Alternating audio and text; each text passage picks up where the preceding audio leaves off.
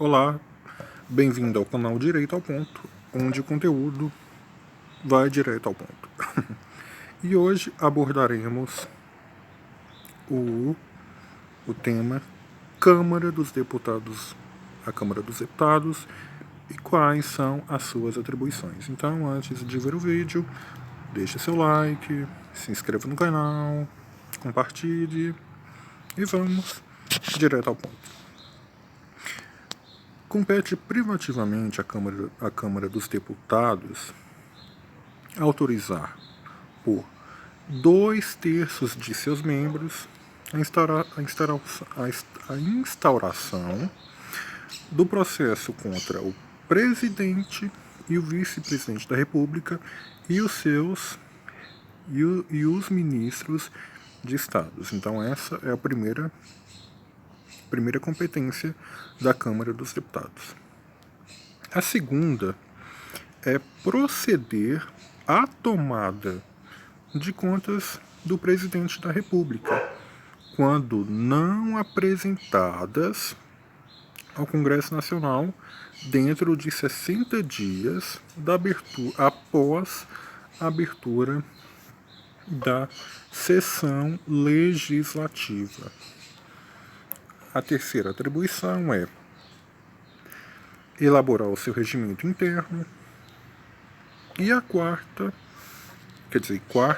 dispor sobre sua organização, funcionamento, polícia, criação, transformação, extinção de cargos, empregos e funções de seus serviços, e a iniciativa de lei para fixação da respectiva remuneração, observado os parâmetros estabelecidos na Lei de Diretrizes Orçamentárias.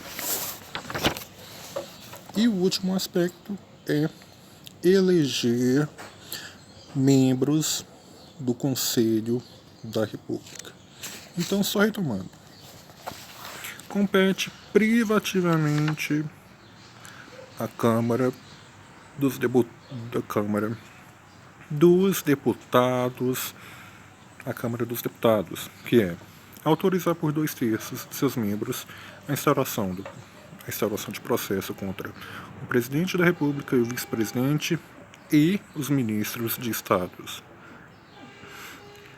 Proceder à tomada de contas do presidente da República quando não apresentadas ao Congresso Nacional dentro de 60 dias após a abertura da sessão legislativa. Elaborar o seu regimento interno, dispor sobre sua organização, funcionamento, polícia, criação, transformação ou extinção dos cargos, empregos e funções de seus serviços e a iniciativa de lei para a fixação da respectiva remuneração, observados os parâmetros estabelecidos na Lei de Diretrizes Orçamentárias, e eleger membros do Conselho da República. Então, essas são as atribuições da Câmara dos Deputados, né? Então, se inscreva no canal Direito ao Ponto, onde